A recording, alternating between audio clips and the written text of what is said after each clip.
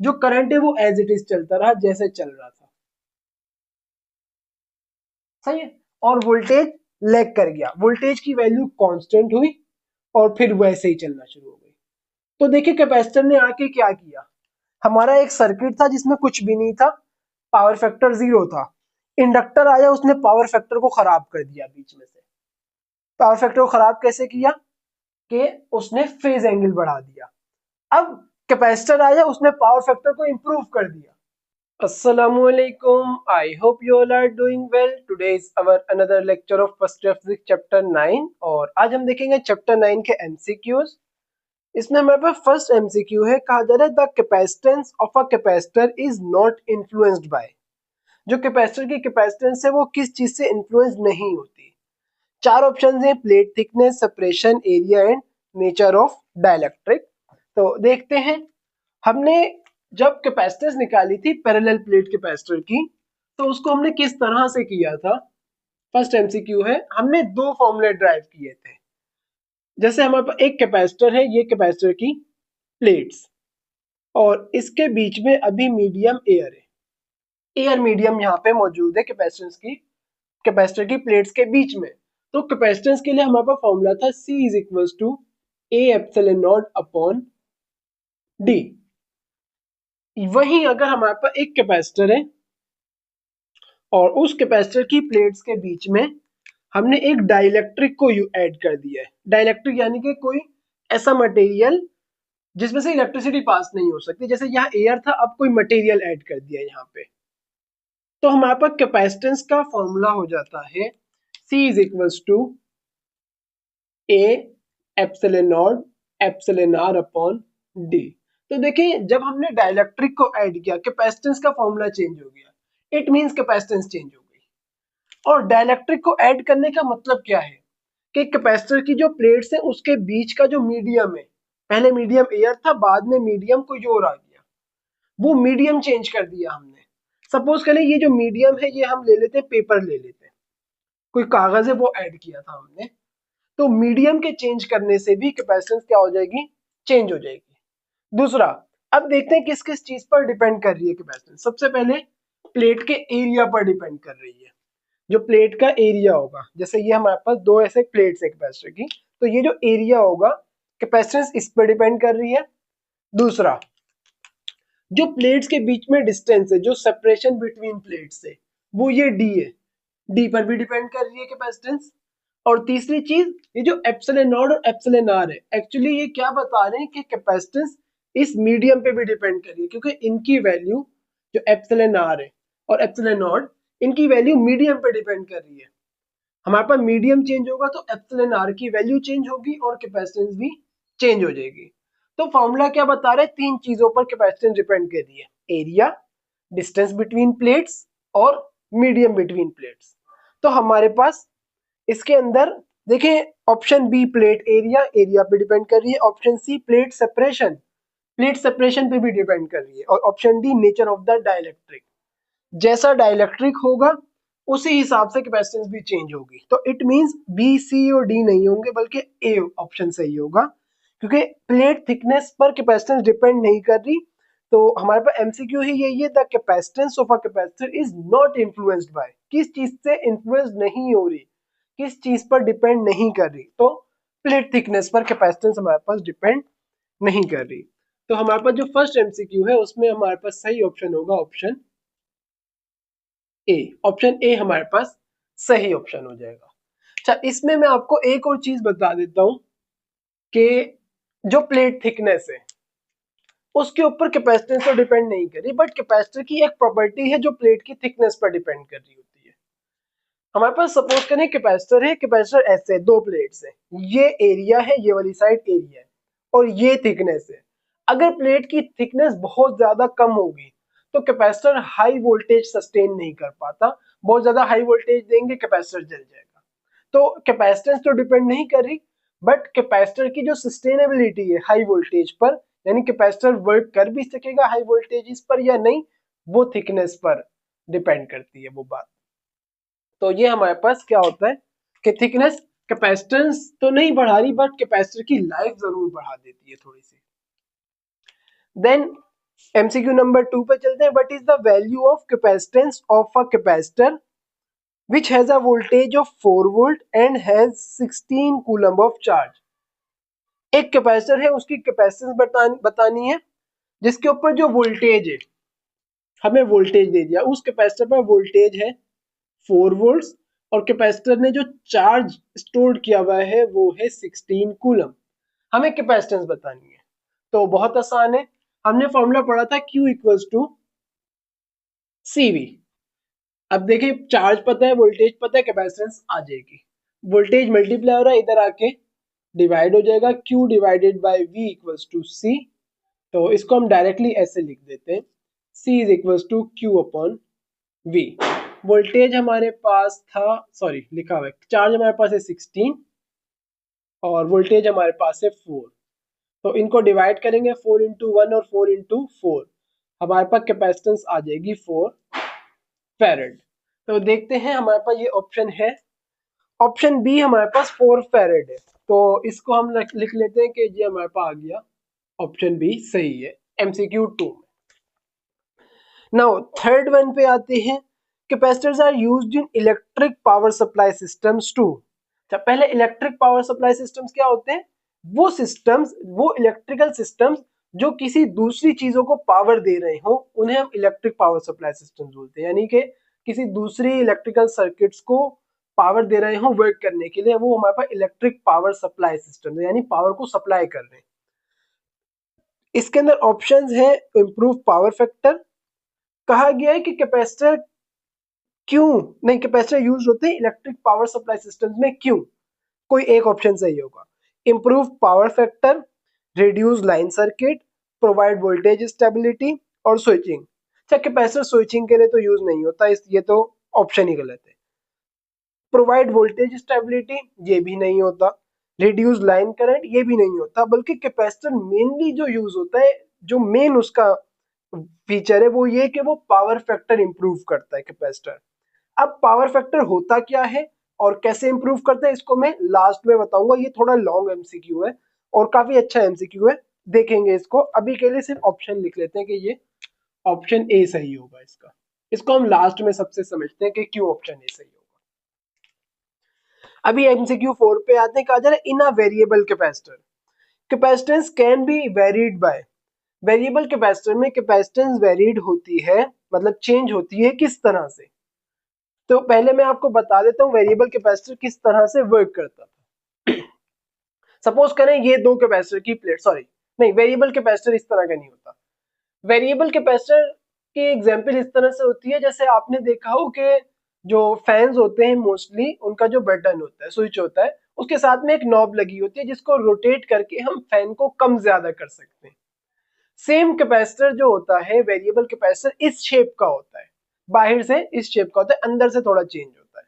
अच्छा, किस तरह से चेंज होता है कि जो वेरिएबल कैपेसिटर है उसके अंदर दो प्लेट्स होती हैं, कुछ ऐसे देख लेते हैं, एक प्लेट ऐसे रख रहा हूं, एक ऐसे रख रहा हूं। ये एक प्लेट फिक्स्ड होती है, एक रोटेट कर सकती है।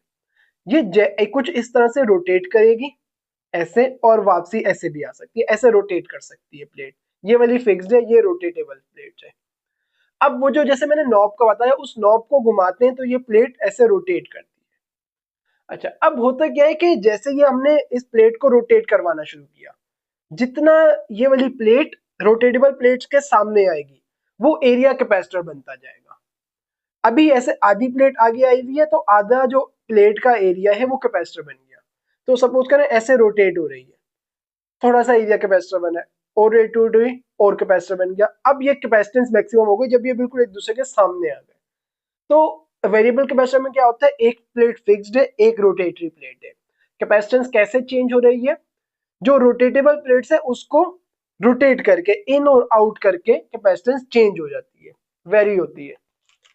तो इसके अंदर अगर देखें, हमारे पास ऑप्शन ए ही लिखा हुआ है, टर्निंग द रोटेटेबल प्लेट्स इन और आउट, कि जो रोटेटेबल प्लेट है उसको इन और आउट करके हम वेरिएबल कैपेसिटर की कैपेसिटेंस चेंज कर सकते हैं। अच्छा, बाकी ऑप्शन भी देख लेते हैं। चेंजिंग द प्लेट्स, नहीं, प्लेट्स चेंज नहीं कर सकते।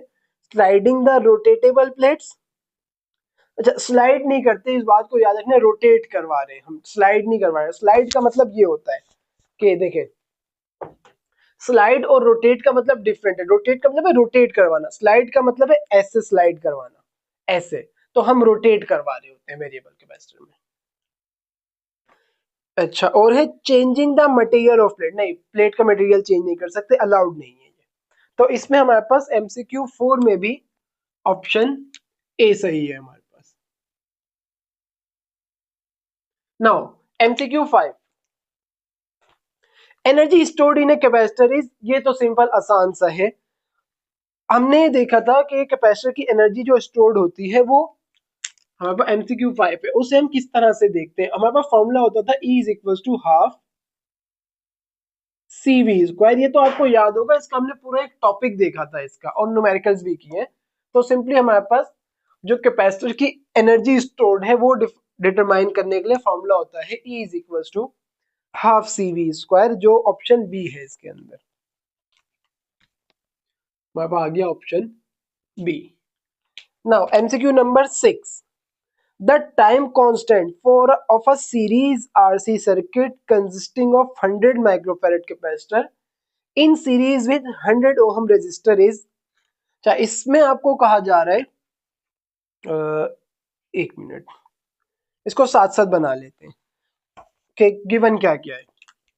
नंबर 6 एमसीक्यू है जिसमें आपको एक कैपेसिटेंस गिवन है और कैपेसिटेंस है 100 माइक्रोफैरड।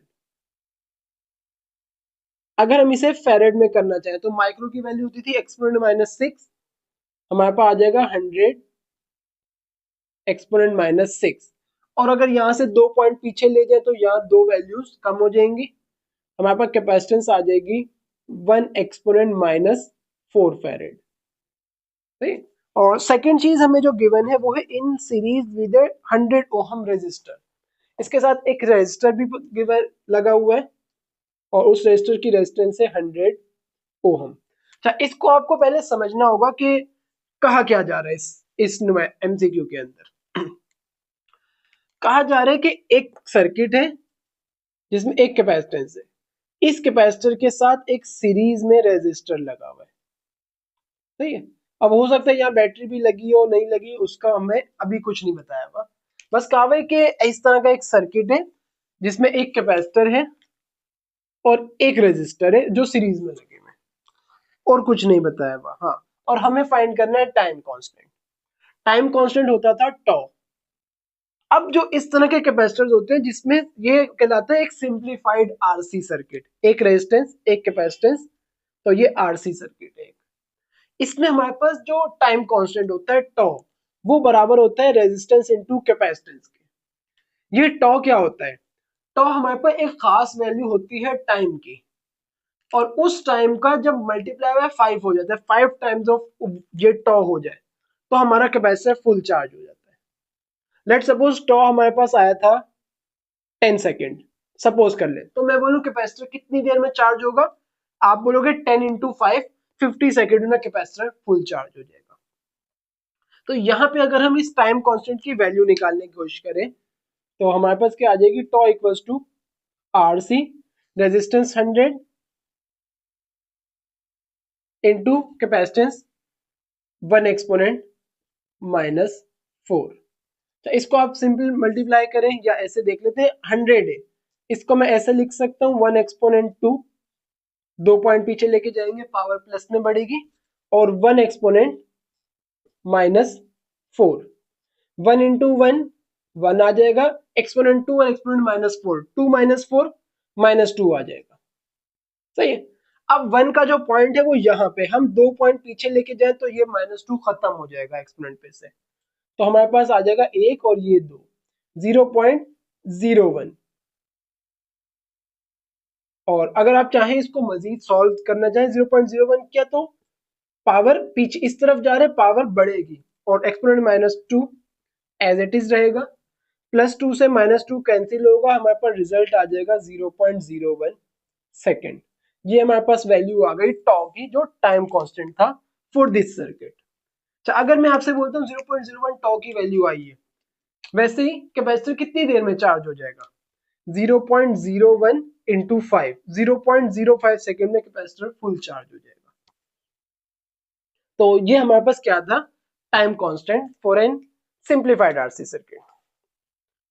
नाउ अच्छा, इसमें हमारे पास, अच्छा ये मैं देखा ही नहीं है, ऑप्शन नंबर सी देखें 0.01 सेकेंड, ऑप्शन देखना ही भूल गए।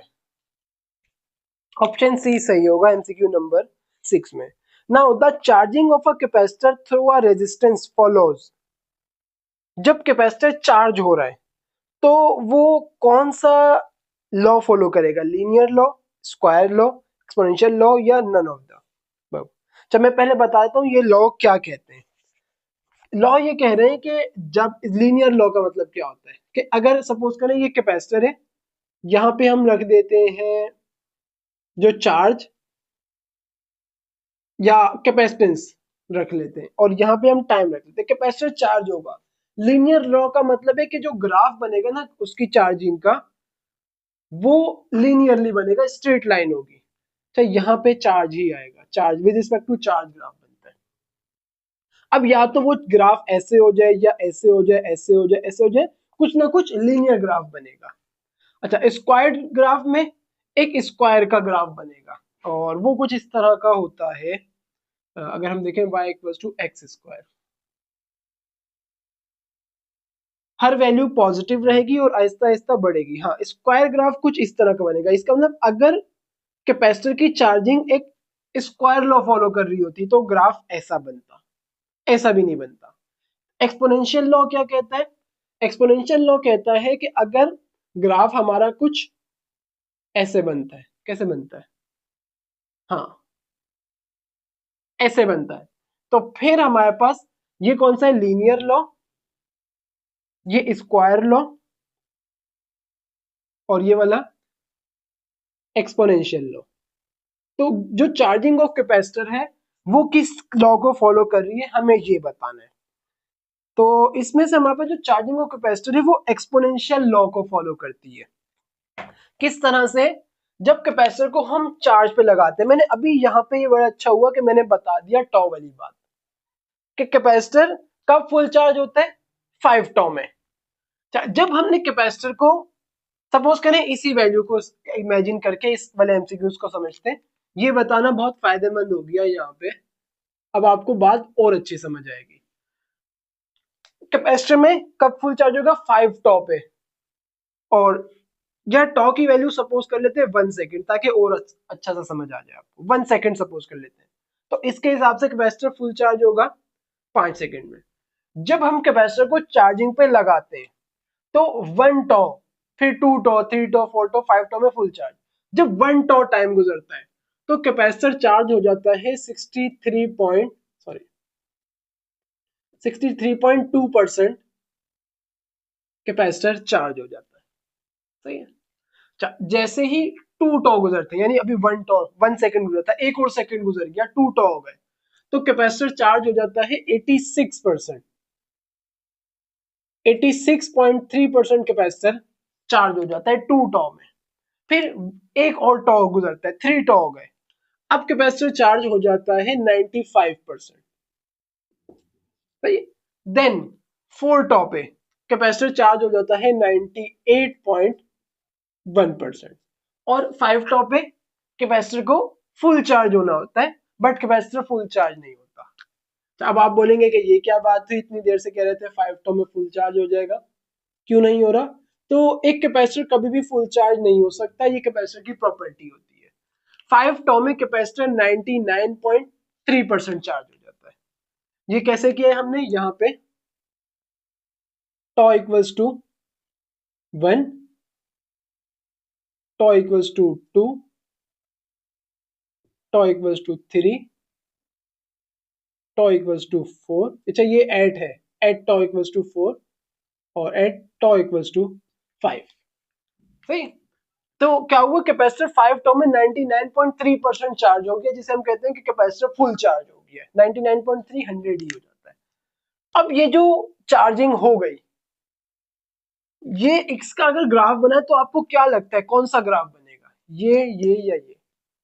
सबसे पहले इस चीज को देखें, क्या कैपेसिटर हर एक सेकंड में इक्वली चार्जिंग बढ़ रही थी? नहीं। पहले 63.2%, फिर 86 पे गई, एक सेकंड में 63, तो 2 सेकंड में इसका डबल होना चाहिए था, डबल नहीं हुआ। तो इसका मतलब लीनियर ग्राफ तो फॉलो नहीं हो रहा। पहले सेकंड में बहुत ज्यादा चार्जिंग हो गई, दूसरे सेकंड में रिस्पेक्टिवली कम चार्जिंग हुई है। और इस वाले में देखिए डिफरेंस कितना आएगा, 99 98 से 99। लास्ट टर्म में 1.2% कैपेसिटर और चार्ज हुआ है, तो इसका मतलब लीनियरली नहीं बढ़ रही। अच्छा, सेकंड चीज, स्क्वायर लॉ में ये इसको बना लेते हैं, आपको आसानी से समझ आ जाएगा। जल्दी से देख लेते हैं कि मैं क्या समझाना चाह रहा हूं आपको। यहाँ पे टी है, लेट सपोज ये 1 टॉ, 2 टॉ, 3 टॉ, 4 टॉ और 5 टॉ। यहाँ पे हम परसेंटेजेस ले लेते हैं, 25%, 50%, 75% और 100%। तो ग्राफ प्लॉट करना है, तो कैसा प्लॉट हो जाएगा? या एक मिनट रुके, यहाँ पे इसके साथ साथ बनाते हैं ताकि आपको नोट डाउन करने में भी आसानी हो। यहाँ पे टी है 1 टॉ, 2 टॉ, 3 टॉ, 4 टॉ और 5 टॉ, और यहाँ परसेंटेजेस 25%, 50%, 75% और 100%। अब देखिए 1 टॉ में 63.2% चार्ज हो गया। कहाँ आ रहा होगा ये? अराउंड यहाँ कहीं आ रहा होगा। तो पॉइंट हमारा फर्स्ट पॉइंट आ जाएगा यहाँ पे। इनिशियली जब टॉ जीरो था तो चार्जिंग भी जीरो होगी, इसका मतलब एक पॉइंट यहाँ पहले से था। जब चार्जिंग पे लगाया ही नहीं, टॉ जीरो है तो कैपेसिटर चार्जिंग भी जीरो होगी। एक पॉइंट यहाँ आ गया, फिर यहाँ 2 टॉ पे 86 कुछ यहाँ कहीं आ रहा होगा, तो वो पॉइंट यहाँ बन जाएगा। 95 और ऊपर आ रहा होगा, और ये पॉइंट कहाँ है? 3 टॉ पे।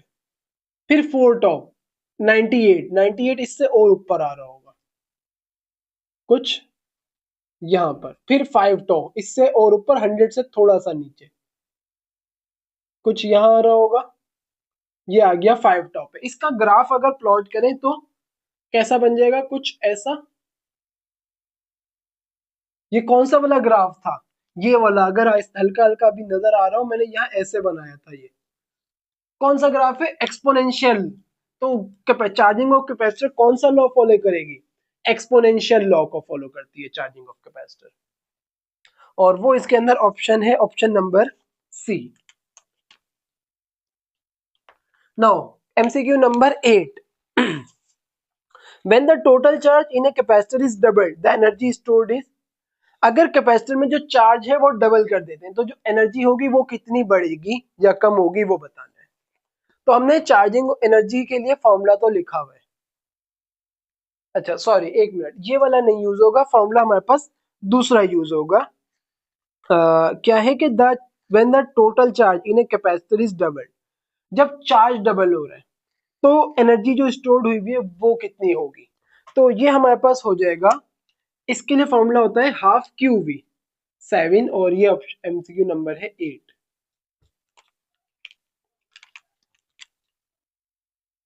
इसके लिए हमारे पास फॉर्मूला होता है हाफ क्यू वी। हमने चार्जिंग ऑफ कैपेसिटर के 3 फॉर्मूले देखे थे, जिसमें एक फॉर्मूला ये भी था, जिसमें हम क्या करेंगे, अगर Q की जगह Q इक्वल टू CV रखेंगे तो ये फॉर्मूला ड्राइव होके आ जाएगा। तो कोई मुश्किल चीज नहीं है इसमें। तो यहाँ पे अगर कह रहे हैं कि अगर हम चार्ज को डबल कर दें तो एनर्जी कितनी चेंज होगी, तो हम क्या करते हैं, इनिशियली सपोज करें एनर्जी थी ये, हम क्या करते हैं ई डैश, एनर्जी चेंज हो रही है कुछ ना कुछ, और वो क्यों चेंज हो रही है? क्योंकि हम चार्ज को डबल कर रहे हैं। चार्ज को डबल कैसे करेंगे? यहाँ पे 2Q कर देते, ऐसा ये ना, लेट सपोज Q इनिशियली था 2 कूलम, तो ट्वाइस कर देंगे तो 4 हो जाएगा। तो हमने क्या किया, एनर्जी ये थी, हमने चार्ज को डबल करने के लिए चार्ज के साथ 2 लिख दिया, जो भी चार्ज था उसका डबल है। इसको थोड़ा सा रीअरेंज करते हैं, E dash is equal to, इस 2 को बाहर ले आते हैं, बाकी सारा ब्रैकेट में डाल देते हैं, हाफ क्यू वी। ये हाफ क्यू वी किसके बराबर है? जो इनिशियली एनर्जी स्टोर हुई थी। तो जब हमने चार्ज को डबल किया तो एनर्जी भी कितनी हो गई? Twice of initial energy. जो फाइनल एनर्जी है वो डबल हो गई इनिशियल एनर्जी के। मैं इसको एक बार फिर बता रहा हूँ, थोड़ा सा शायद आपको लॉजिकल लगे या मुश्किल लगे। इनिशियली एनर्जी थी ये, हमें कहा गया चार्ज को डबल कर दो, हमने चार्ज को कर दिया डबल। अगर चार्ज 10 था सपोज करें, तो 2 से मल्टीप्लाई होकर 20 हो जाएगा, डबल हो जाएगा। और इसको रख के जब हमने सॉल्व किया तो हमारे पास जो एनर्जी चार्ज के डबल करने से आई वो डबल थी इनिशियल एनर्जी के। तो हमारे पास क्या होगा कि जब चार्ज को डबल करेंगे तो एनर्जी भी डबल हो जाएगी। इसमें हमारे पास ऑप्शन नंबर है option B, the energy stored is doubled. इसको भी लिख लेते हैं option B. Now MCQ number 9. The capacitance C is charged through a resistor. The time constant of the charging circuit is given by। ये तो मेरा ख्याल है बताने की जरूरत ही नहीं है। इसको क्यों बताने की जरूरत नहीं है? कह रहे हैं कि एक कैपेसिटेंस चार्ज हो रहा है थ्रू अ रेजिस्टर। चार्ज वही कैपेसिटर है, रेजिस्टर के साथ लगा हुआ है और बैटरी से चार्ज हो रहा है। तो जो टाइम कांस्टेंट है वो क्या होगा? हमने देखा था, कहाँ देखा था? टॉ इक्वल्स टू RC। तो MCQ 9 में तो डायरेक्ट ऑप्शन सी जो RC लिखा हुआ वही सही होगा। नाउ लास्ट MCQ है MCQ number 10, capacitor blocks. Capacitor क्या ब्लॉक करता है? Alternating current, direct current, both alternating and direct, या नेदर? तो कैपेसिटर ब्लॉक करता है डायरेक्ट करंट को। ऑप्शन है बी। इसको लिख लेते हैं ताकि फिर मैं आपको समझाऊं कैसे डायरेक्ट करंट को जो कैपेसिटर है वो ब्लॉक करता है। अच्छा, इसको समझने के लिए मैं आपको जो ये वाला है मैं इसको इसी के नीचे समझा रहा हूँ। MCQ नंबर है 10, सही, यहीं पे समझा रहा हूँ मैं। हमारे पास जो करंट है वो दो तरह के, एक अल्टरनेटिंग करंट और एक डायरेक्ट करंट। अल्टरनेटिंग का मतलब क्या होता है? अल्टरनेट माने होता है चेंज होना। अल्टरनेटिंग करंट ऐसा करंट जो चेंज हो कंटिन्यूअसली, और डायरेक्ट करंट जो डायरेक्टली दिया जा रहा हो। यहीं पे आ जाते हैं या फिर वहां जगह कम पड़ सकती है, यहीं समझा देता हूँ। नंबर है 10, नीचे से शुरू करते हैं क्योंकि अभी MCQ 3 हमारा रहता है। जो अल्टरनेटिंग करंट है वो किस तरह का होता है और डायरेक्ट करंट किस तरह का होता है? जो हमारे पास बैटरीज होती है उससे हमारे को डायरेक्ट करंट मिल रहा होता है। बैटरी क्या करती है? सपोज करो एक बैटरी है, इसके बाद दो टर्मिनल्स होते हैं, एक नेगेटिव और एक पॉजिटिव। होता क्या है, करंट नेगेटिव से निकलेगा निकलेगा डायरेक्ट जाके पॉजिटिव में चला जाएगा, बहुत सिंपल है। लेकिन अल्टरनेटिंग करंट ऐसा नहीं होता। अगर आपने कभी बैटरी यूज की हो, सपोज करें यहाँ एक हमने फैन लगाया हुआ है, एक वायर लगी नेगेटिव पे एक पॉजिटिव पे। जब हम इन वायर्स को अपोजिट कर दें, ये वाली इधर लगा दी ये इधर लगा दी, फैन उल्टा चलना शुरू हो जाता है। अगर आपने इस चीज को नहीं देखा तो मैं बता रहा हूं कि सॉरी, डायरेक्ट करंट में एक नेगेटिव है और एक पॉजिटिव है। जब फैन हमने लगाया तो वो चल रहा है, जब हमने इनकी वायर्स को अपोजिट लगा दिया, सपोज करें ये वाली इधर लगा दी और ये वाली वायर को इधर लगा दिया, फैन उल्टा चलना शुरू हो जाएगा। ये किस में होता है? ये DC में होता है, डायरेक्ट करंट में। लेकिन AC सर्किट्स में ऐसा नहीं होता। कभी आपने देखा कि आप स्विच के अंदर फैन का वो लगा रहे हो और फैन उल्टा चलना शुरू हो जाए? कभी भी नहीं होता ऐसा। क्यों? वो एक अल्टरनेटिंग करंट है, वो कंटिन्यूअसली खुद ही अपने आप को चेंज कर रहा होता है। डायरेक्ट करंट कुछ इस तरह का होता है। अगर डायरेक्ट करंट का ग्राफ बनाए, डायरेक्ट करंट, ये करंट और ये with respect to time, direct current change ही नहीं हो रही होती, ऐसे स्ट्रेटली बगैर चेंज हुए ऐसे चलती रहती है, जैसे चल रही थी वैसे ही चलती रहेगी स्ट्रेट लाइन में। बट अल्टरनेटिंग करंट ऐसे नहीं होती। अल्टरनेटिंग करंट में कुछ ऐसे होता है कि ये हमारे पास करंट है, अल्टरनेटिंग करंट ऐसे चलती है कि पहले ऐसे फिर ऐसे फिर ऐसे फिर ऐसे। इसको मैं सर्किट से भी समझा रहा हूँ। ये वाले हमारे पास कौन सी है? डायरेक्ट करंट, और ये AC करंट या अल्टरनेटिंग करंट। अच्छा, इसमें मैंने बता दिया डायरेक्ट करंट कैसे चलेगी, एक टर्मिनल से निकलेगी और ऐसे चलते हुए इधर जाती रहेगी, ऐसे ही चलती रहेगी। अब जो अल्टरनेटिंग करंट है वो ऐसी नहीं होती। अल्टरनेटिंग करंट कैसे होती है? अल्टरनेटिंग सोर्स जब भी हम बनाते हैं वो इस तरह से बनाते हैं, ऐसे होता है सिंबल। जैसे हम बैटरी के लिए ऐसे बनाते हैं, अल्टरनेटिंग करंट सोर्स के लिए ऐसा सिंबल बनता है। ये क्या करती है? सपोज करें कि यहाँ पे हमने एक फैन लगाया हुआ है, यहाँ पे एक फैन है, ये करती क्या है, एक तरफ नेगेटिव है एक तरफ पॉजिटिव है, ऐसे करंट निकला इधर गया, फिर ये साइड नेगेटिव हो जाएगी ये पॉजिटिव हो जाएगी, फिर करंट अपोजिट जाएगा, फिर दोबारा ये नेगेटिव ये पॉजिटिव, फिर करंट ऐसे जाएगा, फिर दोबारा ये नेगेटिव ये पॉजिटिव, अब करंट ऐसे जाएगा। तो कंटिन्यूसली अल्टरनेटिंग करंट खुद को चेंज करती है, करंट ऐसे जाएगा फिर ऐसे आएगा फिर ऐसे जाएगा फिर ऐसे आएगा। और ये हमारे पास डिफरेंस होता है डायरेक्ट करंट और अल्टरनेटिंग करंट में। ये तो आपको समझ आ गया होगा, डायरेक्ट करंट सिंपली एक साइड से निकलेगी दूसरी साइड में जाती रहेगी, कभी भी डायरेक्शन चेंज नहीं करेगी। अल्टरनेटिंग करंट अपनी डायरेक्शन खुद ही चेंज करती रहेगी, एक बार ऐसे जाएगी फिर ऐसे वैसे, इलेक्ट्रॉन्स ना ऐसे ऐसे यूं यूं मूव करते रहते हैं, वाइब्रेट करते रहते हैं, ऐसे सपोज कर ले। तो अब अगर कैपेसिटर में देखिए, कैपेसिटर कौन सा करंट ब्लॉक करेगा, इस चीज को हमने समझना, मेन पॉइंट हमारा ये है। सपोज करें ये हमारे पास एक कैपेसिटर है और इसको हमने लगा दिया एक बैटरी के साथ, कौन सा सोर्स है ये डीसी सोर्स है। और अगेन एक कैपेसिटर है, इसको हमने लगा दिया, अब बैटरी नहीं बोलेंगे, अब हम बोलेंगे एसी सोर्स के साथ। ये हमारा एसी सोर्स है, ये दोनों कैपेसिटर है, सेम कैपेसिटर सपोज कर लें या अपोजिट डिफरेंट, कोई मसला नहीं है। यहाँ पे क्या होगा, कौन सा सर्किट है, कौन सी सोर्स है, डीसी, एक ही साइड से करंट निकल सकता है। यहां से इलेक्ट्रॉन्स निकलना शुरू होंगे, जाएंगे जाएंगे जाएंगे, इस कैपेसिटर की प्लेट पे स्टोर होना शुरू होंगे, आहिस्ता आहिस्ता यहाँ नेगेटिव चार्ज आएगा, यहाँ पॉजिटिव चार्ज आएगा, कैपेसिटर चार्ज हो जाएगा। जब कैपेसिटर चार्ज हो गया, फुल चार्ज हो गया, अब ये करंट क्या स्टिल मूव कर सकेगा, नहीं मूव कर सकेगा, क्यों, यहाँ जितने चार्जेस आ सकते थे वो आ गए और डीसी करंट जो था वो ब्लॉक हो गया, डीसी करंट मजीद नहीं चल सकता, डीसी करंट को कैपेसिटर ने ब्लॉक कर दिया। लेकिन यहां ऐसा नहीं होगा। अच्छा, ये तो पता लग गया कि कौन से करंट को वो ब्लॉक करता है, डीसी करंट को, यही था।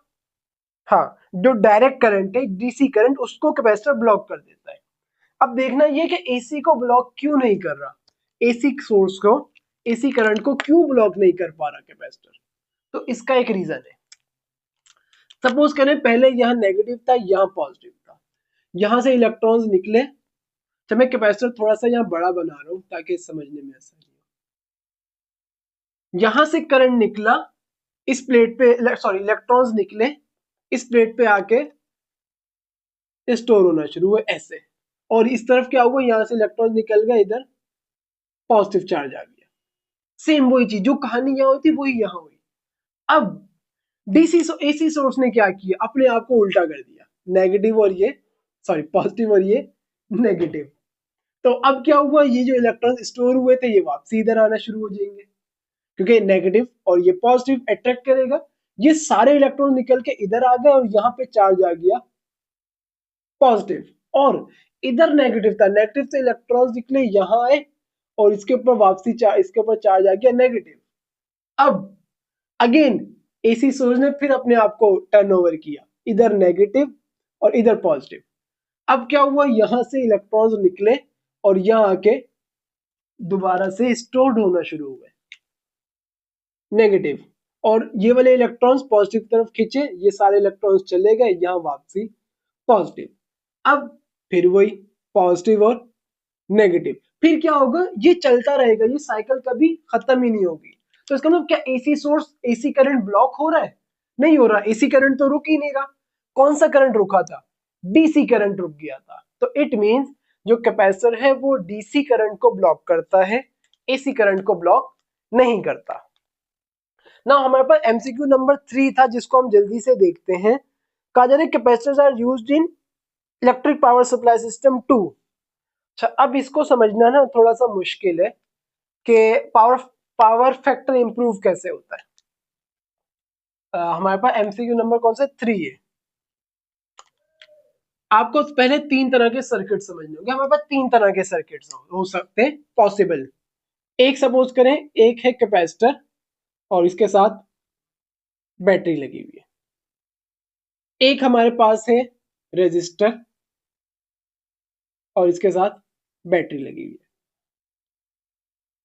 एक थर्ड वन होता है जिसको हम बोलते हैं इंडक्टर। इंडक्टर ना एक वायर होती है जिसको हम ऐसे ऐसे गोल गोल कर देना तो वो इंडक्टर बन जाता है। आसान सा है, कोई मुश्किल बात नहीं है। और इसका सर्किट में ऐसे बना, तो एक इंडक्टर है और इसके साथ भी बैटरी लगी हुई है। Negative positive negative positive negative positive. Capacitance को हम रिप्रेजेंट किससे करते हैं? सी से, इसको आर से, और इंडक्टर को एल से रिप्रेजेंट करते हैं। अब जो हमारे पास ये पहला वाला सर्किट है, इसमें सिर्फ कैपेसिटर है, तो इसको हम कहते हैं कि ये प्योर कैपेसिटिव सर्किट है। इसका एक नाम है, क्या है? Capacitive circuit. Capacitive circuit. ये हमारे पास कहलाता है रेजिस्टिव सर्किट, और ये प्योर रेजिस्टिव है, मतलब और कुछ नहीं आ रहा इसके अंदर।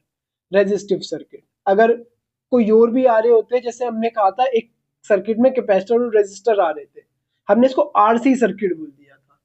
यहाँ पे सिर्फ रेजिस्टर है, तो ये प्योर रेजिस्टिव सर्किट। और ये हमारे पास एक इंडक्टिव सर्किट है जिसको हम प्योर इंडक्टिव सर्किट बोल सकते हैं। अब इनमें क्या होता है कि तीन तरह के सर्किट्स आ गए हमारे पास। दो चीजें होती हैं, एक को हम बोलते हैं लीड और दूसरा होता है लैग। दो वर्ड है लीड और लैग। इन वर्ड्स को समझना कोई मुश्किल काम नहीं है। लीड माने क्या होता है? सपोज करें लीडर होता क्या है? जो अपने जिनको लीड कर रहे हैं उनसे थोड़ा सा आगे चले। और लैग जो चीज रुक जाए, जो पीछे रह जाए, उसको हम लैग बोलते हैं। ये आपने मोबाइल की टर्म्स में सुने होंगे, गेम्स वगैरह खेले होंगे। लीड माने होता है एक कोई भी चीज है उससे कुछ आगे रहना। लैग माने होता है एक कोई भी एक पॉइंट है उससे पीछे रहना। ये दो टर्म्स है, लीड और लैग, जो इलेक्ट्रिक सर्किट्स में भी आती है। लीड एक चीज का आगे निकल जाना, लैग एक चीज का पीछे रह जाना। अब हमारे पास जो कैपेसिटिव सर्किट है, कैपेसिटर क्या करता है? अपने अंदर चार्जेस को स्टोर करता है in the form of voltage. ये मैंने आपको लेक्चर 1 में बताया था इस चैप्टर के, कि कैपेसिटर अपने अंदर चार्जेस को स्टोर करता है in the form of voltage. In the form of voltage. और इंडक्टर इसका अपोजिट होता है, अपने अंदर चार्ज को स्टोर करता है in the form of current. और रेजिस्टर स्टोर नहीं कर सकता कुछ भी। तो हम देखते हैं कि कैपेसिटर में किस तरह से जो चार्ज है वो स्टोर होता है in the form of voltage. Suppose करें कि हमारे पास एक यही वाला सर्किट है, ये रहा कैपेसिटर, इसके अराउंड में हमने एक बैटरी लगा दी। तो ये क्या होगा? बैटरी से कैपेसिटर चार्ज हो जाएगा, कैपेसिटर के ऊपर चार्जेस आएंगे, ये साइड नेगेटिव है, ये पॉजिटिव, तो एक साइड नेगेटिवली चार्ज हो जाएगी, दूसरी साइड पॉजिटिवली चार्ज हो जाएगी। अब हम क्या करते हैं, कैपेसिटर ने किस तरह से चार्जेस को स्टोर किया in the form of voltage. अब ये थोड़ी मुश्किल बात है, इसको आप समझते हैं कैसे। सपोज करें कि हमने बैटरी हटा दी, सही है, और यहाँ पे हमने एक बल्ब लाके लगा दिया, छोटा सा बल्ब था वो लाके लगा दिया। तो आपको क्या लगता है, क्या ये ग्लो करेगा या नहीं करेगा? ये ग्लो करेगा। क्या होगा? कैपेसिटर ने जो चार्ज स्टोर किया हुआ है वो फ्लो होगा इस बल्ब में से, और ये बल्ब ग्लो करेगा। और एक टाइम आएगा जब कैपेसिटर कंप्लीटली डिस्चार्ज हो जाएगा तो बल्ब ग्लो होना बंद हो जाएगा। अब कैपेसिटर के अंदर से चार्ज फ्लो हुआ है, इट मींस कैपेसिटर के पास कुछ ना कुछ वोल्टेज था, क्योंकि चार्जेस खुद ब खुद मूव नहीं करते जब तक हमारे पास क्या ना हो, वोल्टेज ना हो, पोटेंशियल डिफरेंस ना हो। तो कैपेसिटर के अंदर वोल्टेजेस थे, जो इसने इन जो चार्जेस को स्टोर किया था in the form of voltage किया था। उस वोल्टेज के थ्रू ये चार्जेस फ्लो होना शुरू हुए बल्ब में से, और बल्ब ग्लो हुआ। नाउ अब हम लेते हैं एक इंडक्टर। इंडक्टर भी अपने अंदर चार्जेस को स्टोर कर लेता है, और लेकिन in the form of current store करता है ये। अब सपोज करें कि हमारे पास एक सेम इंडक्टर है और इसको हमने एक बैटरी से लगाया। इंडक्टर में चार्जेस स्टोर हो गए in the form of current, और हमने बैटरी हटा दी। क्या होगा? इसके अंदर करंट स्टोर हुआ है। लेकिन अब हम लाके यहाँ पे एक बल्ब लगा दें, तो क्या ये ग्लो करेगा? तो ये ग्लो नहीं करेगा। उसका रीजन है एक। उसका रीजन क्या है कि यहाँ पे एक पे नेगेटिव चार्ज था, एक पे पॉजिटिव चार्ज था, पोटेंशियल का डिफरेंस आ गया।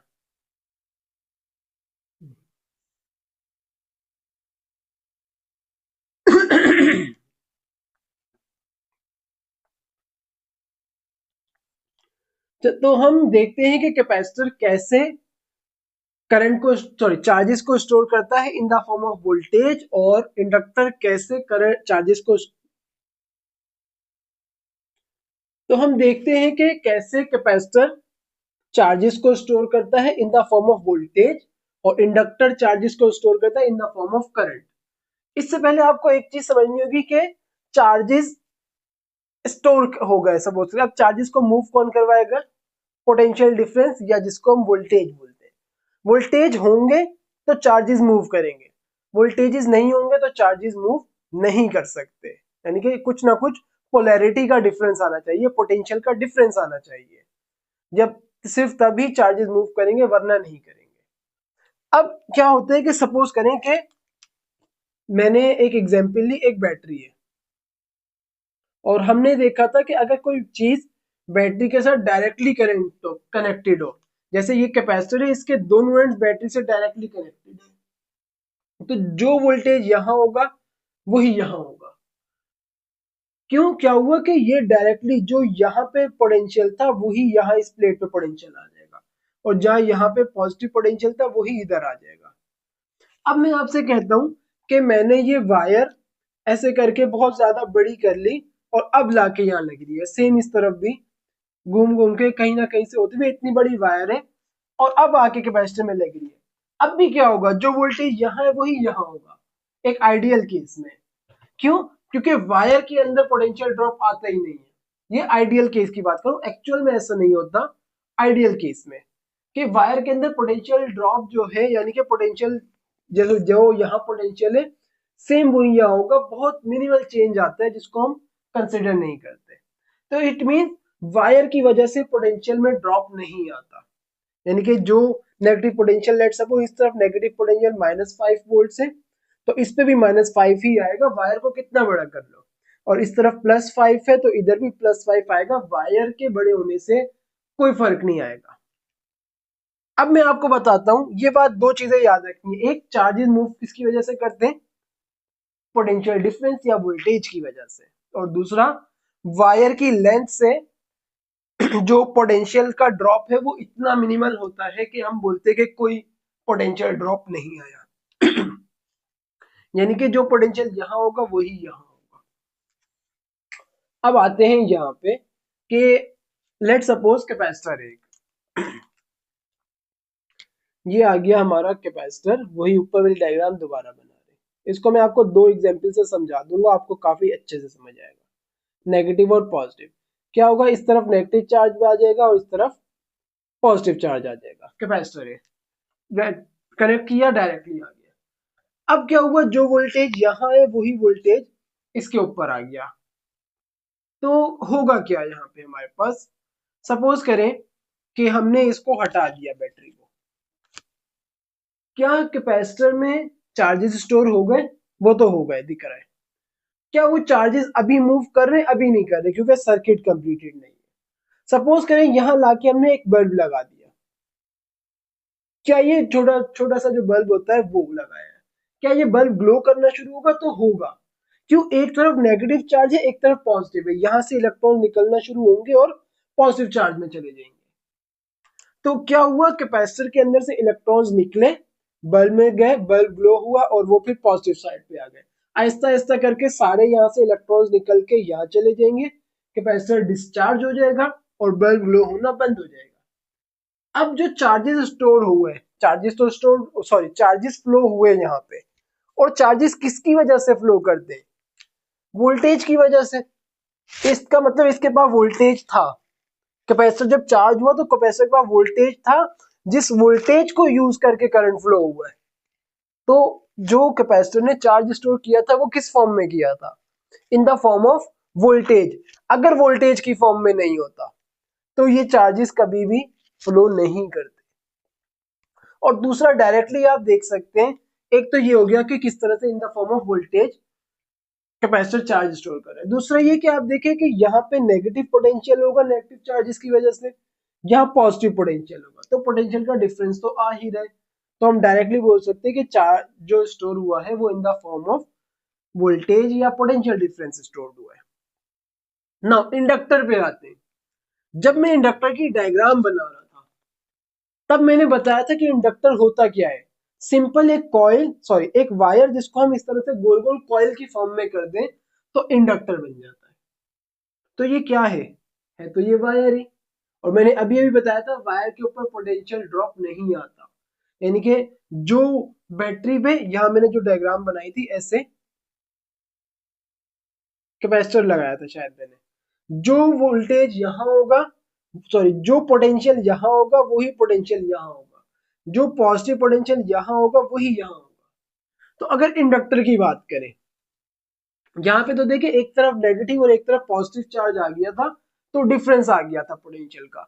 इंडक्टर में क्या होगा, ये इंडक्टर है और लेट सपोज इसको बैटरी से कनेक्ट किया, इंडक्टर चार्ज हो गया, बैटरी हटा दी, इंडक्टर के अंदर चार्जेस स्टोर हो गए। अब ये जो चार्जेस स्टोर हुए हैं ये पूरी क्या है, एक ही वायर है। क्या यहाँ कहीं पॉजिटिव नेगेटिव चार्ज आ रहा है, नहीं आ रहा। अगर यहाँ पे मैं बल्ब ला के लगा भी दूं तो ये ग्लो नहीं करेगा। क्यों नहीं करेगा, क्योंकि कोई पोटेंशियल का डिफरेंस ही नहीं है। ऐसा होता सपोज करें कि यहाँ पॉजिटिव चार्ज है यहाँ नेगेटिव है, तो बात समझ आती है कि नेगेटिव से निकल के पॉजिटिव में जाएगा। यहाँ कोई पोलैरिटी ही नहीं आई इंडक्टर पे। क्यों नहीं आई, क्योंकि ये तो एक सिंगल वायर है, पूरी एक वायर है ये। तो इसके अंदर क्या होता है कि करंट तो स्टोर हो गया, यहाँ पे सॉरी चार्ज स्टोर हुआ in the form of current. अब वो चार्जेस फ्लो नहीं कर रहे, इसके अंदर रुक गए वायर के अंदर।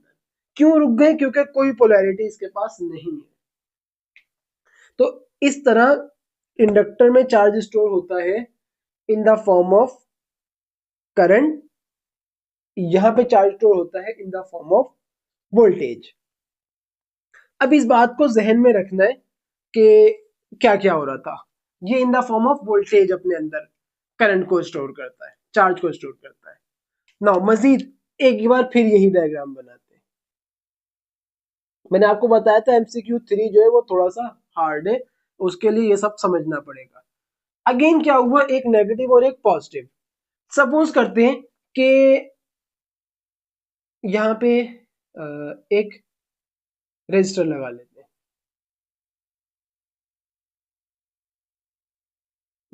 या छोड़े रजिस्टर नहीं लगाते, ऐसे ही रखते हैं, आसान रखते हैं सब कुछ ताकि आसानी रहे। हमने ये एक बैटरी लगाई, इस तरफ हम बोल देते हैं -5 वोल्ट का पोटेंशियल है और इस तरफ +5 वोल्ट का पोटेंशियल। कैपेसिटर चार्ज हुआ, कैपेसिटर में भी क्या होगा, जो नेगेटिव साइड है उधर -5 वोल्ट का पोटेंशियल और इधर +5 वोल्ट का पोटेंशियल। अब क्या करते हैं, सपोज करते हैं इस बात को कि बैटरी का जो पोटेंशियल डिफरेंस था क्या हो जाएगा, -5 और +5 है, तो जो वोल्टेज आएगा वो 10 वोल्ट होगा बैटरी का वोल्टेज। ऐसे ही होगा ना, बड़ी वैल्यू में से छोटी को माइनस करेंगे, +5 माइनस इंटू -5, 10 आंसर आ जाएगा। बैटरी का जो पोटेंशियल है या पोटेंशियल डिफरेंस है वो 10 वोल्ट है।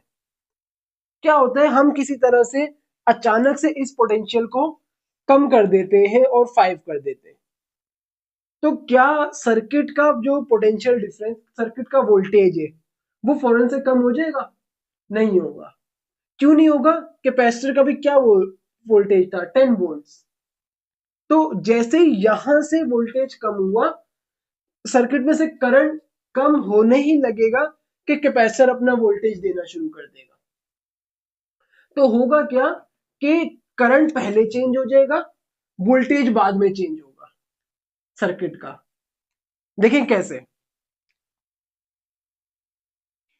यहां पे मैं और आसान करके बताता हूं। सपोज करना एक रजिस्टर है, एक बैटरी लगी हुई है, इसके अंदर करंट फ्लो हो रहा है और यहाँ पे वोल्टेज है 10 वोल्ट का। वही वोल्टेज इसके ऊपर सपोज कर लेते हैं, बल्कि नहीं ऐसा नहीं होगा, इस रजिस्टर को वापसी हटाते हैं। यहाँ वोल्टेज है 10 वोल्ट, यहाँ भी है 10 वोल्ट, सेम है। अभी करंट किसकी वजह से फ्लो हो रहा है, इसकी वजह से, इसकी वजह से। हम क्या करते हैं कि अचानक से इसको कम करते हैं। इसको कम करने से क्या होगा कि सर्किट का जो करंट है वो कम हो जाएगा और वोल्टेज को भी कम होना चाहिए। लेकिन जैसे ही हमने इसको 10 से 5 किया, करंट तो कम हो गया लेकिन वोल्टेज कम नहीं हुआ। क्यों, क्योंकि कैपेसिटर चार्ज हुआ हुआ था। कैपेसिटर का अपना 10 वोल्ट से जो सेम चल रहा है। तो इसका मतलब क्या होगा कि जैसे ही हमने यहां से वोल्टेज को कम किया, करंट कम होगा, लेकिन वोल्टेज में कोई चेंज नहीं आएगा। इस बात को समझना है आपने। यहां पे करंट कम हो जाएगा क्योंकि यहां पे वोल्टेज कम हो गया, लेकिन जो सर्किट का वोल्टेज है, जैसे यहां देखें ये पूरी एक ही वायर है ना, यहां वोल्टेज कम हो गया तो यहाँ तो 10 है, वो देर से चेंज होगा। तो इनिशियली जैसे ही इसको हमने कम किया, करंट रिड्यूस हो गया, लेकिन वोल्टेज उसी पॉइंट पर कम नहीं होगा बल्कि थोड़ी देर बाद कम होगा। नाउ इंडक्टर पे आते हैं। इंडक्टर में क्या होगा, इंडक्टर क्या है, एक वायर ही है एक्चुअली, बस उसको ऐसे गोल गोल करके कॉइल बनाया हुआ है। इसको हमने कर दिया एक बैटरी से कनेक्ट, करंट निकल रहा है, इसको चार्ज किया, इसके अंदर चार्ज स्टोर हुआ और चल रहा है। अचानक से, और इसका भी वोल्टेज सपोज कर लेते हैं 10 वोल्ट से, सपोज कर लेते हैं, यहाँ पे चार्ज किस फॉर्म में स्टोर हुआ था, in the form of current. हमने इस वोल्टेज को कम किया, इसको भी कर दिया 5 वोल्ट। अचानक से क्या हुआ, वोल्टेज ड्रॉप आया, वोल्टेज कम हो गया, लेकिन अब करंट चेंज नहीं होगा। यहां से करंट कम हुआ, फ्लो होना, लेकिन इसने जो स्टोर किया हुआ था वो इसने चलाना शुरू कर दिया, उससे करंट चेंज नहीं हुआ, वोल्टेज पहले चेंज हो गया। इस बात को समझे कि यहां पे जैसे ही वोल्टेज को 5 वोल्ट किया 10 से, वोल्टेज फौरन चेंज हो गया। यहाँ एक्स्ट्रा में कोई ऐसा वो नहीं है जिसके ऊपर पोटेंशियल डिफरेंस आया हो, लेकिन यहाँ चार्ज स्टोर थे in the form of current. जैसे ही यहाँ पोटेंशियल को कम किया, यहाँ जो करंट था वो रिड्यूस हो गया। वो रिड्यूस तो हुआ, लेकिन सर्किट ने चाहा कि अपने अंदर चेंज ना लाए, तो इंडक्टर ने जो चार्ज स्टोर किया था उसको फ्लो करवाना शुरू कर दिया ताकि चेंज ना आए, जिसकी वजह से वोल्टेज चेंज हो गया, वोल्टेज रिड्यूस हो गया, लेकिन करंट चेंज नहीं हुआ। करंट थोड़ी देर बाद चेंज होना शुरू होगा, जब इंडक्टर का जो करंट है वो कम हो जाएगा। ऑब्वियसली इन्फिनाइट अमाउंट में तो चार्ज स्टोर नहीं किए, एक टाइम आएगा इंडक्टर का करंट कम होगा और फिर जो यहाँ पे करंट फ्लो हो रहा होगा वही इंडक्टर के पास आएगा। तो यहाँ क्या हुआ कि वोल्टेज चेंज हुआ, वोल्टेज कम किया, या ज्यादा भी कर सकते थे, कुछ भी कर सकते हैं, वोल्टेज को कम वाले में देखते हैं, लेकिन current on the point change नहीं हुआ, फौरन से चेंज नहीं हुआ, बल्कि करंट थोड़ी देर से चेंज होगा। आई होप ये बात आपको समझ आई होगी कि यहाँ पे जैसे ही वोल्टेज को चेंज किया, करंट रिड्यूस हो गया, लेकिन वोल्टेज देर से चेंज हुआ क्योंकि यहाँ पे भी 10 वोल्ट आया हुआ था, और यहाँ पे जैसे ही वोल्टेज ड्रॉप किया, वोल्टेज कम हो गया, करंट चेंज नहीं हुआ क्योंकि यहाँ in the form of current charge store हुआ हुआ था, वो चार्जेस चलना शुरू हो गया, जिसकी वजह से current on the point change नहीं हुआ, वोल्टेज ड्रॉप आ गया। तो यहाँ पे देखें, वोल्टेज देर से चेंज हुआ है और करंट फौरन चेंज हो गया। तो यहाँ पे क्या होगा कि एक चीज बहुत तेजी से बहुत फौरन से चेंज हो गई और एक देर से चेंज हुई। अब वापसी आते हैं उस पॉइंट पे, लीड और लैग वाले पे। मैंने आपको बताए थे 2 पॉइंट, लीड और लैग। लीड क्या होता है, एक चीज जो आगे निकल जाए, जो पहले ही खुद को चेंज कर ले। लैग जो पीछे रह जाए, जो खुद को चेंज ना कर सके और वो पीछे रह जाए।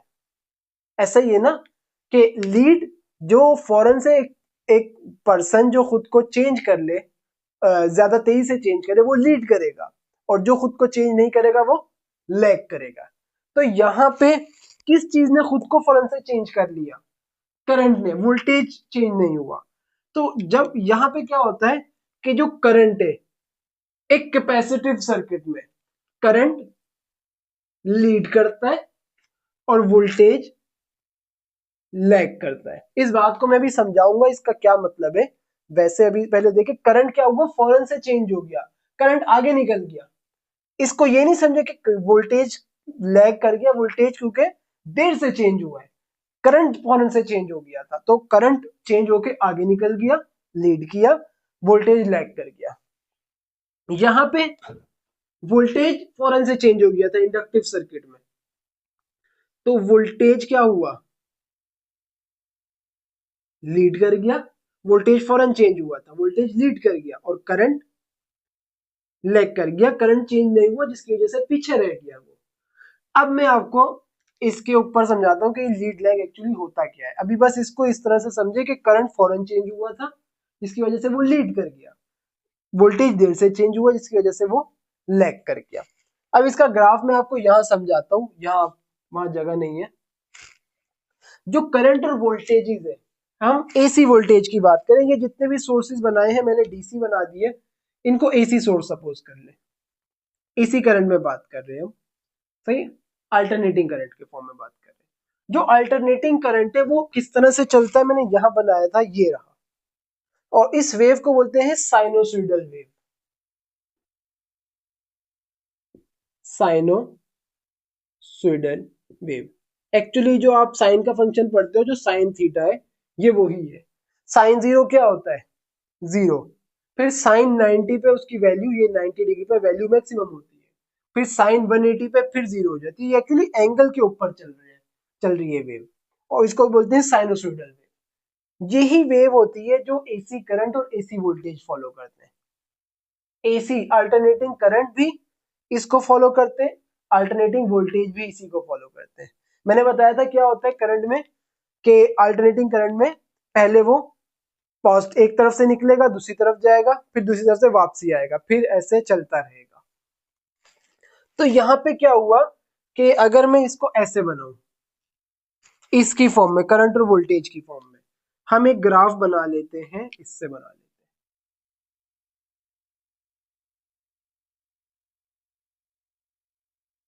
यहाँ पे मैं ब्लैक नहीं यूज करते, हाँ ब्लैक यूज करता हूँ। ब्लैक से मैं करंट को बनाऊंगा और ग्रीन से मैं वोल्टेज ड्रॉ करूंगा।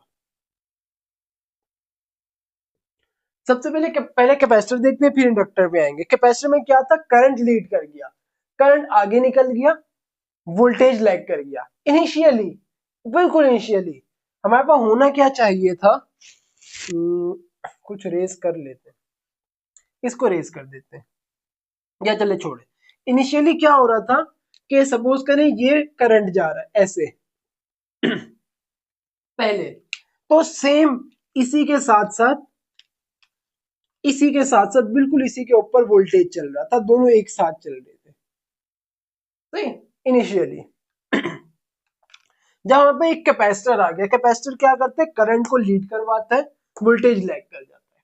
तो इस कैपेसिटर ने क्या किया कि करंट को लीड करवाया। करंट कहाँ है, यहाँ पे ये रहा करंट। करंट को ब्लैक से बनाना है। सपोज करें कि ये करंट था, ये करंट ऐसे आ रहा है, ऐसे। और वोल्टेज को क्या किया, वोल्टेज को इसने, कैपेसिटर ने लैग करवाया। एक्चुअली इस बात को समझे कि करंट एक्चुअली यहाँ पर लीड नहीं किया, एक्चुअली वोल्टेज लैग किया, तो करंट खुद ही लीड हो गया। ऐसे समझे इस बात को कि मैं हूं और मेरे साथ एक और बंदा है, हम दोनों चल रहे थे। अचानक से जो बंदा है वो स्टॉप हो गया 2 सेकंड के लिए, तो वो बंदा लैग हुआ या मैं लीड हुआ? वो बंदा लैग हुआ है, वो बंदा पीछे रह गया, मैं आगे नहीं निकला था, वो बंदा खुद रुक गया, वो खुद पीछे रह गया। अगर वो चलता रहता तो मैं आगे नहीं निकल पाता। उसके रुकने की वजह से मैं खुद ब खुद लीड हुआ, मैं खुद ब खुद आगे निकल गया। तो यहाँ पे भी क्या हुआ है कि कर वोल्टेज लैग हुआ, वोल्टेज देर से चेंज हुआ था, तो करंट खुद ब खुद लीड कर गया, सही है। करंट की वैल्यू चेंज नहीं हुई। मैंने क्या बताया, दो बंदे ऐसे चल रहे, मैं हूं और मेरे साथ आप है, हम दोनों चल रहे। अचानक से आप रुक गए, मैं उसी स्पीड से चल रहा हूं, तो मैंने लीड करने की कोशिश ही नहीं की। आप रुक गए तो मैं खुद ब खुद आगे निकल गया और मैं लीड कर गया, आप लैग कर गए। सेम यहाँ पे भी वोल्टेज देर से चेंज हुआ है जिसकी वजह से वोल्टेज लैग कर गया, वोल्टेज पीछे रह गया और करंट खुद ब खुद आगे निकल गया। सेम यहाँ पे भी ऐसा ही था, लेकिन पहले इसको समझते, मैं ये बात समझा दूं। हुआ क्या है, सिर्फ वोल्टेज लैग हुआ है, करंट खुद ब खुद लीड हो गया। वो लीड वाली बात को अभी के लिए छोड़ देते हैं। वोल्टेज लैग किया तो करंट खुद ही लीड कर गया। अब यहाँ पे ये मैंने करंट की फॉर्म बनाई है, करंट बनाया है। वोल्टेज किस तरह से होगा, यहाँ पे वोल्टेज कुछ ना कुछ पीछे रह जाएगा। कैसे? कुछ ऐसे।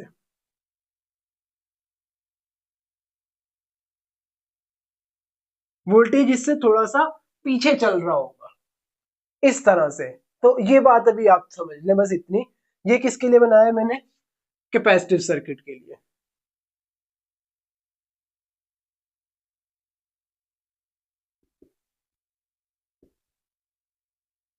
नाउ अब किसके लिए करते हैं? रेजिस्टिव सर्किट के, नहीं, इंडक्टिव सर्किट के लिए। इंडक्टिव सर्किट में कौन लीड करेगा और कौन लैग करेगा? यहाँ पे करंट लैग करेगा, वोल्टेज लीड करेगा। अगेन जहां क्या चीज देर से चेंज होना चाहिए थी, करंट। वोल्टेज को, वोल्टेज वही अपनी वैल्यू से जा रहा था, वोल्टेज चेंज हो गया, करंट खुद ही लैग कर गया। अगेन वही वाली बात है। सपोज करें मैं हूं और आप हैं, हम चल रहे, अचानक से आप रुक गए, आपने अपनी वैल्यू चेंज करना रोक दी, मेरी वैल्यू खुद ब खुद चेंज हो गई, तो आप लैग कर गए और आपके लैग करने से मैं खुद ही लीड कर गया। सेम यहाँ पे भी यही हो रहा है कि हम सिर्फ लैग को देखते हैं, हम लीड को छोड़ना चाह रहे हैं। एक्चुअली करंट चेंज नहीं हुआ, करंट पीछे रह गया और वोल्टेज लैग कर गया, सॉरी वोल्टेज लीड कर गया। तो एक्चुअल में करंट लैग हुआ है सिर्फ, वोल्टेज खुद ब खुद आगे निकला, वोल्टेज ने कोई चेंज लाने की कोशिश नहीं की। तो अगर इसके लिए मैं ग्राफ बनाऊं तो क्या होगा कि वोल्टेज नॉर्मली चल रहा है, यहाँ पे वोल्टेज ग्रीन से बनाना है मेरे को। वोल्टेज कुछ ऐसे ही नॉर्मली चल रहा है, और कौन लैग हुआ है? करंट लैग कर गया, करंट इस बार पीछे रह गया। कुछ ऐसे इस बार करंट थोड़ा सा पीछे रह गया। बात समझ आती है? एक चीज लीड कर गई और एक चीज लैग कर रही है। अच्छा, अब हमारे पास इसको रेस करते हैं। यहाँ पे हमें एक और चीज समझनी है। जो प्योर कैपेसिटिव सर्किट्स होते हैं, प्योर कैपेसिटिव यानी कि सिर्फ एक कैपेसिटर है, इस तरह के सर्किट्स, इसके अंदर जो क्या बोलेंगे, हाँ, कैपेसिट करंट और वोल्टेज में जो लीड और लैग होता है उसमें एंगल 90 डिग्री का बन जाता है। अब ये पहले एंगल को देखते हैं, एंगल क्या है।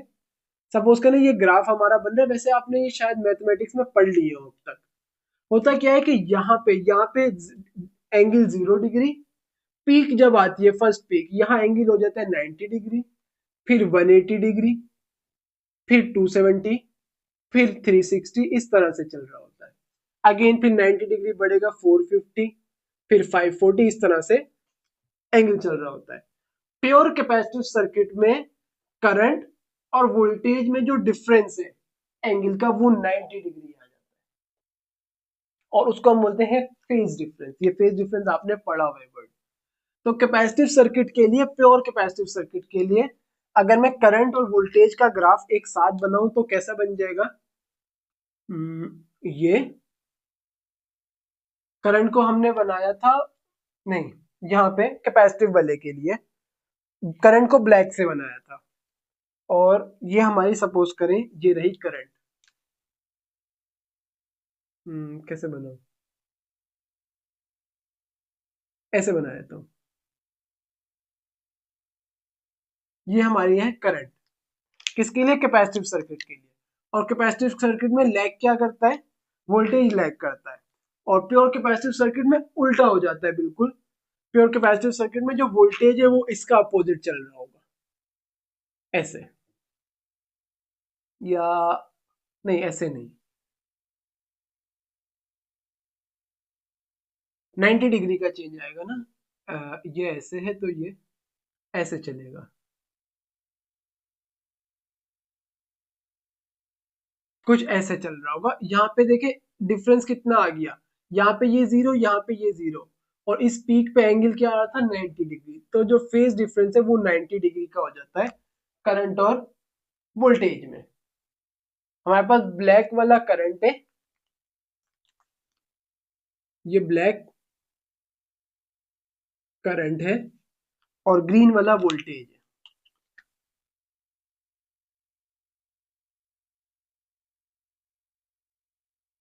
तो ये अब हम आते हैं, ये किसके लिए था? प्योर कैपेसिटिव सर्किट, यानी कि सिर्फ कैपेसिटर है सर्किट के अंदर और कुछ भी नहीं है। अब प्योर इंडक्टिव सर्किट की बात करते हैं। यहाँ पे प्योर इंडक्टिव सर्किट में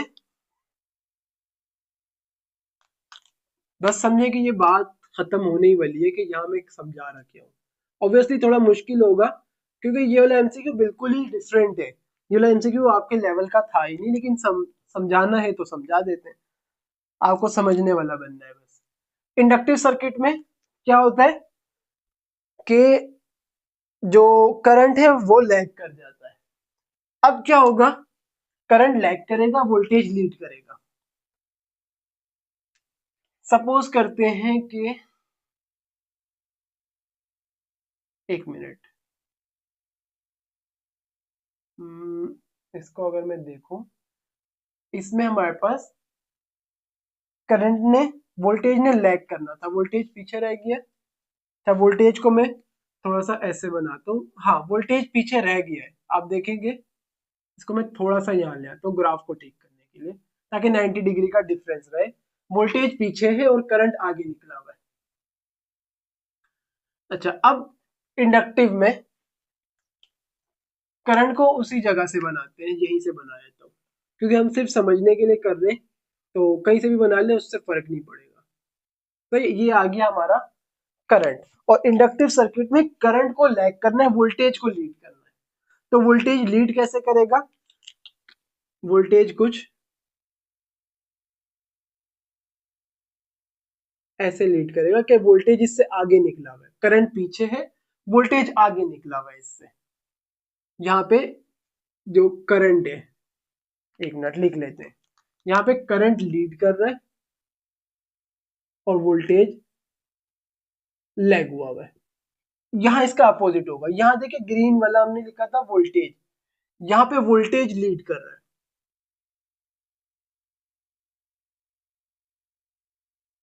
और करंट लैग कर रहा है ना। अब बस लास्ट की चीज है कि हो रहा क्या है, सब समझ आ गया कैसे करंट और वोल्टेज एक दूसरे को लीड और लैग करते हैं। एक चीज पीछे रह जाती है, यानी एक चीज चेंज होने से रह जाती है, दूसरी चेंज हो जाती है। अब यहाँ पे आते हैं, हमारे पास एक चीज आती है जिसको बोलते हैं पावर फैक्टर, जिसके अराउंड हम बातों को घुमा रहे हैं कंटिन्यूअसली। एक चीज होती है जिसको हम कहते हैं पावर फैक्टर।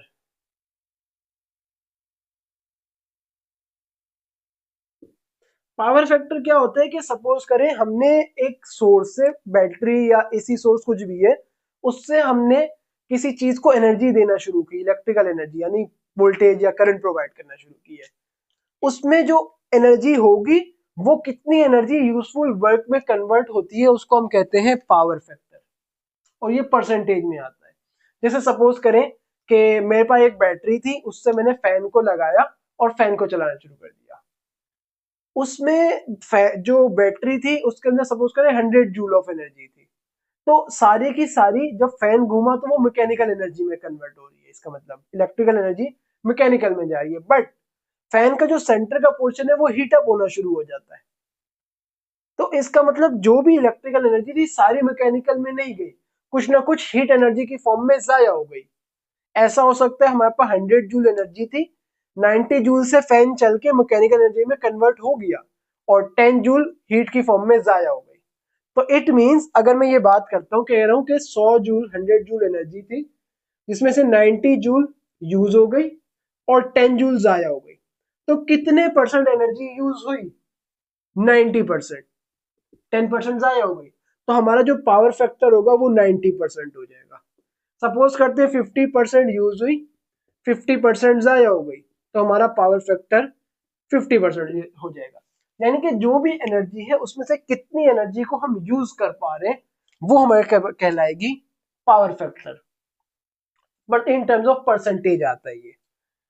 अब जब भी हमारे पास करंट और वोल्टेज में 90 डिग्री का लैग आ जाए, 90 डिग्री का क्या था ये, phase angle, phase angle 90 degree हो जाए करंट और वोल्टेज में, तो हमारा पावर फैक्टर 0 हो जाता है। और पावर फैक्टर का हमारे पास फॉर्मूला होता है, पावर फैक्टर बराबर होता है कॉज ऑफ फाई के। फाई वही फेज एंगल है। अगर यहाँ पे देखें क्या है, जो एंगल है दोनों में, फेज एंगल 90 डिग्री का है। अगर मैं यहाँ रख देता हूँ cos 90, तो हमारे पास cos 90 0 हो जाता है। दोनों में सेम यही होगा, दोनों में जो फेज डिफरेंस है वो 90 डिग्री का है। दोनों में अगर हमारे पास एक कंप्लीट कैपेसिटिव सर्किट है तो हम उसके अंदर हमारे पास कोई भी एनर्जी यूज नहीं हो रही होगी, सारी जाया हो रही होगी क्योंकि पावर फैक्टर 0 आ गया। प्योर इंडक्टिव सर्किट है, कोई एनर्जी यूजफुल वर्क डन में कन्वर्ट नहीं हो रही होगी, सारी जाया हो रही होगी।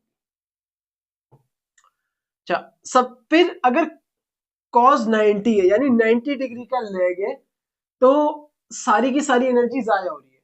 अगर लैग जो इनमें ये जो फेज डिफरेंस है ये 0 हो जाए, यानी कि मैंने कहा बनाई थी वो मैंने मिटा दी फर्स्ट डायग्राम, यही बना लेता हूं कि अगर हमारा ग्राफ ऐसा हो जाए, ये और ये हमारा वोल्टेज और ये इसी के सेम ऊपर हमारा करंट चल रहा है, तो इसका मतलब जो फेज डिफरेंस है वो 0 है। अगर फेज डिफरेंस 0 हो जाए यानी थीटा 0 हो जाए तो पावर फैक्टर क्या हो जाएगा? पावर फैक्टर हमारे पास हो जाएगा cos, अब क्या है 0, cos 0 1 हो जाएगा। इट मींस हमारे पास जो एनर्जी यूज होगी वो 100% एनर्जी यूजफुल वर्क डन में कन्वर्ट हो रही होगी। 1 का मतलब एक्चुअली ये 1 में आया, इसको परसेंटेज में करेंगे तो 100% हो जाएगा। तो पावर फैक्टर की वैल्यू 0 और 1 के बीच में होती है। 0 का मतलब है कि सारी एनर्जी जाया हो रही है, 1 का मतलब है सारी एनर्जी यूज हो रही है, बिल्कुल भी जाया नहीं हो रही। ये आइडियल कंडीशन होती है। अब पावर फैक्टर हमें पता लग गया और आपको समझ आ गई कि पावर फैक्टर सबसे ज्यादा कहां होगा, जब पावर फैक्टर की वैल्यू 1 आ जाए। और हमें यही समझना है कि कैपेसिटर पावर फैक्टर को इंप्रूव कैसे कर रहा है। तो सपोज करें कि हमारे पास सर्किट था कैपेसिटिव सर्किट। कैपेसिटिव सर्किट ने एक ग्राफ बना के दिया, एक मिनट, एक इंडक्टर ले ले, सॉरी इंडक्टिव सर्किट है और इसको थोड़ा सा मैं एक्सटेंड करके बनाऊंगा क्योंकि ये हमारा बिल्कुल एंड एंड चल रहा है और यहाँ पे एक एसी सोर्स लगा हुआ है। कौन सा सर्किट है? Inductive circuit. ग्राफ कैसा बनेगा? तो यहाँ पे एक ग्राफ, नहीं यहीं पे बनाते हैं, नीचे बनाते हैं। ग्राफ कैसा बनेगा? जिसके अंदर हमारे पास करंट लैग करेगा, वोल्टेज लीड करेगा। इसी को देखते हुए बना लेते हैं। ये हमारा वोल्टेज, वोल्टेज ब्लैक से, यहाँ मैंने उल्टा तो नहीं कर दिया, नहीं वोल्टेज ग्रीन से और करंट ब्लैक से। हाँ, वोल्टेज और करंट, एक मिनट, यहाँ मैंने दोनों ही ग्रीन पे लिख दिए, ये भी ग्रीन पे ये भी ग्रीन पे। जो ब्लैक वाला है वो करंट है, तो यहाँ पे मैंने एरो गलत बना दिया। ब्लैक वाला करंट, एरो इसके ऊपर आएगा, ये वाला करंट का है, ग्रीन वाला वोल्टेज का है। अब सही हो गया। करंट ऐसे चल रहा था इंडक्टिव सर्किट में और वोल्टेज इसको लीड कर रहा है। वोल्टेज इसको लीड कर रहा है, कैसे कर रहा है? कुछ ऐसे कि वोल्टेज इससे आगे निकला हुआ है, थोड़ा सा 90 डिग्री अभी आगे निकला हुआ है। अब हमने क्या किया, करंट क्या कर रहा है, सॉरी कैपेसिटर कर रहा है वोल्टेज को लैग, वोल्टेज को पीछे छोड़ दिया। करंट कर रहा है, वो इंडक्टर कर रहा है करंट को लैग। दो अपोजिट चीजें, एक इसने क्या किया, वोल्टेज को लैग करवा दिया, इसने करंट को लैग करवा दिया। अब सपोज करें यहाँ पे अभी क्या हो रहा है, यहाँ पे क्या लैग कर रहा है, यहाँ पे करंट लैग कर रहा है। अभी थोड़ा सा मुझे भी मुश्किल हो रही है क्योंकि मैं ये चीजें पढ़ाता नहीं हूँ, फर्स्ट टाइम ही ऐसा कुछ पढ़ा रहा हूँ। वैसे मैंने आता है लेकिन ये चीजें मैं फर्स्ट टाइम पढ़ा रहा हूँ बिल्कुल, इसलिए थोड़ी सी मुझे भी कंफ्यूजन हो रही है। हमने क्या किया, अभी ऐसे था, इंडक्टर ने क्या किया, करंट को लैग करवा दिया। अब मैंने क्या किया, इस सर्किट में आगे लाके कैपेसिटर लगा दिया। कैपेसिटर ने क्या किया, कैपेसिटर ने वोल्टेज को लैग करवा दिया। तो हुआ क्या इससे? अब ये बात आपने बहुत अच्छे से समझनी है। ये लास्ट ग्राफ में ये समझ आ गया, समझे, जो मैंने पढ़ाया उसकी मेरी मेहनत वसूल हो जाएगी। ये हमारा ग्राफ था। इनिशियली सपोज करें कुछ भी नहीं लगा हुआ, तो क्या होगा, ना करंट लैग कर रहा है ना वोल्टेज लैग कर रहा है। ये हमारे पास ग्रीन वाला वोल्टेज है। पहले कैसे चल रहा है, ये वोल्टेज आ रहा था और इसको थोड़ा सा छोटा करते हैं, ये यहाँ पे समझने वाली बात है। हमें एक वैसे पावर फैक्टर को क्या करना चाहिए, पावर फैक्टर हमारा 1 हो जाए तो बहुत अच्छा है। पावर फैक्टर 1 का मतलब 100% एनर्जी यूज हो रही है। तो हमने क्या किया, ये हमारा वोल्टेज चल रहा है जब अभी यहाँ कुछ भी नहीं लगा हुआ, और कुछ नहीं लगा हुआ इसका मतलब मेरा कहने का मतलब है कि कोई रजिस्टर वगैरह कुछ लगा हुआ और कुछ भी रजिस्टर क्योंकि कुछ चेंज नहीं कर रहा। ऐसे ही सपोज कर लेते हैं रजिस्टर हम एक्स्ट्रा में लगा रहे हैं, इसका कोई ऐसे वो नहीं है, रजिस्टर लगा हुआ है, रजिस्टर ना करंट को लीड करवा रहे हैं ना वोल्टेज को लैग करवा रहे हैं, कुछ भी नहीं कर रहा रजिस्टर। तो क्या हो रहा है कि वोल्टेज और करंट बिल्कुल साथ साथ चल रहे थे, पावर फैक्टर वो जो फेज एंगल है वो 0 और पावर फैक्टर मैक्सिमम होगा। अब हमने क्या किया, यहां पे लाके एक इंडक्टर लगा दिया। इंडक्टर क्या करेगा, इंडक्टर करंट को लैग करवा देगा। करंट लैग होने का क्या मतलब है, करंट देर से चेंज होगा, करंट की वैल्यू थोड़ी देर के लिए कांस्टेंट होगी और फिर चेंज होना शुरू होगी।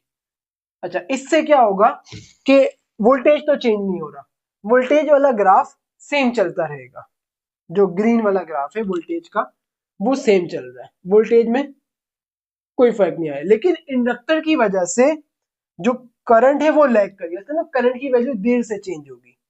अब ये जो देर से चेंज होने का मतलब है, इसका मतलब क्या है कि ब्लैक वाला करंट था, करंट देर से चेंज हुआ, करंट पहले कांस्टेंट हुआ ऐसे करके और फिर चेंज होना शुरू हो गया दोबारा से, तो करंट लैग कर गया, करंट पीछे रह गया, वोल्टेज आगे निकल गया।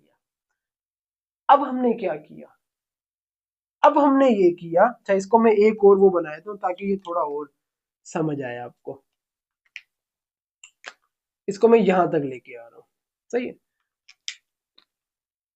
ये चीज आपको